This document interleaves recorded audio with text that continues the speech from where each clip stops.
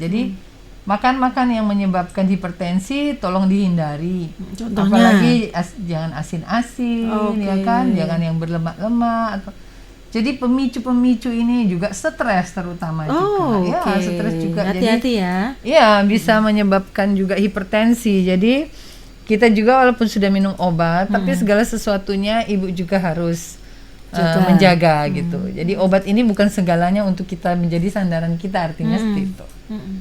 Semoga sehat selalu. Ya. Jadi efeknya minim ya, jangan takut ya. Berikutnya dokter ada Ibu Mary. Selamat pagi dokter. Shalom pagi, Puji Bu Tuhan, Mary. saya tetap sehat. Yang Puji saya Tuhan. tanyakan tuh masalah bapak saya, usia 80 tahun, kena hernia tepat di selangkangan. Apakah diizinkan untuk operasi? Kalau tidak, solusinya bagaimana? Iya. Maaf, ini ada telepon dari pendeta. Ya, saya itu dulu.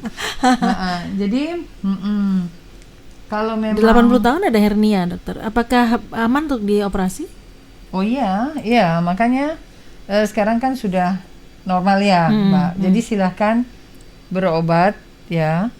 Datanglah konsultasi dengan dokternya. Kalau hernia itu harus segera diobatin ya kan, harus dioperasi. Nanti disampaikan ke dokter konsultannya sehingga beliau pasti akan menyarankan, karena hernia itu kan saya enggak lihat ya. Kalau saya lihat ya saya bisa kasih saran yang lebih lagi, lebih karena detail kan ya. Terjepit juga berbahaya, bisa menyebabkan kematian ya kan. Nah, sesegera mungkin untuk konsultasi ke dokter.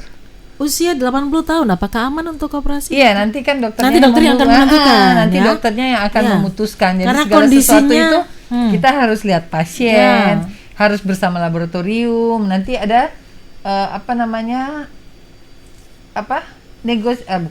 maksudnya pembicaraan dengan keluarga. Pasti dokternya gini, misalnya ini harus operasi, tapi usia 80 bagaimana dengan keluarga, itu kan ada pertimbangan semua akan dijelaskan oleh dokternya sendiri ya. Ibu. Baik. Berikutnya. Baik, ada Ibu E yang bergabung. Shalom, selamat pagi dokter. Shalom. Umur saya 58 tahun. Punya sakit diabetes, kolesterol 58. Sakit diabetes, kolesterol, asam urat. Nah, sayur apa ya dokter yang diperbolehkan untuk dimakan? Diabetes, asam urat, terus kolesterol ya. Susu apa yang boleh diminum? Oh iya. Tadi kan dokter sarankan makan sayur, minum susu. Tapi ada orang tuh kadang-kadang takut sayur ini nanti bikin saya asam urat dan lain sebagainya. Benar nggak sih? Iya, baik Ibu. Ibu ya, zaman-zaman sekarang memang jadi pemborong ya. Ya memang bersahabat ya. Untuk diabetes, asam urat dan kolesterol ini bersahabat. Jadi mereka sering saling ngajak-ngajak. Biasanya satu paket ya. Betul. Ya Ibu tetap sehat, jaga stamina, tetap minum obat ya. Dan makan jangan berlebihan ya. Semua sayuran, buah-buahan itu baik. Dan setiap sayur-sayuran itu juga atau buah-buah untuk sayur-sayuran itu enggak selalu setiap orang itu saya misalnya makan brokoli rasa enggak enak. Kalau Mbak makan kok lebih enak kayak seperti itu ya. Kol kayak seperti itu. Jadi kalau untuk asam urat ya kacang-kacangan, jenis kacang-kacangan dan sawi. Itu dihindari maksudnya? Ya dihindari, tapi nanti kan dokternya yang kasih tahu, karena kita juga bilang hindari, saya nggak tahu asam urat ibu berapa. Jadi kalau mungkin makan sedikit-sedikit ya nggak mengganggu ya it's okay. Tapi kalau ibu makan kacang ya setengah toples sambil nonton ya mungkin Mbak makan kemeng habis itu. Jadi itu ya Bu, jadi ibu mengkonsumsi segala sesuatunya itu. Kadang-kadang setiap orang itu berbeda dengan makan sawi, saya enggak enak. Ada yang bilang, aduh saya makan mangga enggak enak. Ya. Jadi itu semua tubuh kita itu berbeda. Ya. Makan reaksinya kacang, beda. Reaksi beda. Makan kacang sedikit sudah rasa sakit. Ada orang makan kacang banyak, asam uratnya Santai biasa-biasa. aja.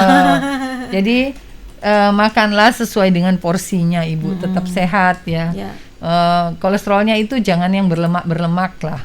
Ya, tolong dihindari. Yang pasti itu sayur-sayur bisa memilih yang aman ya, wortel ya kan, di brokoli dengan jumlah sedikit ya kan, masih bisa makan banyak lah untuk jenis sayur-sayuran kita kan banyak, buncis dan sebagainya. Ya. Baik, berikutnya ada Dondon yang bergabung. Shalom Bu Dokter. Shalom. Pantangan makan apa bagi orang yang diare? Iya. Ibunya lagi diare atau Nggak tahu. Oh iya, baiklah Ibu.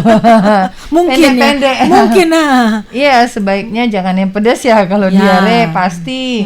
Yang berserat-serat kasar ya. Ya sementara itu. Yang penting yang pasti untuk diare itu terutama harus minum banyak karena dehidrasinya yang kita hindari. Ya. Minum Oralit ya. Kalau Ya, zaman saya dulu Oralit. Sekarang boleh. masih ada nggak Oralit itu Dokter? Ada ya. monggo. Pokoknya minum ya, dan hitung untuk jangan sampai 10 kali diare kita terus lemes di rumah Iya, kan. iya. Jadi 3-4 kali minum obat atau langsung berobat karena diare itu berbahaya kalau kita dehidrasi.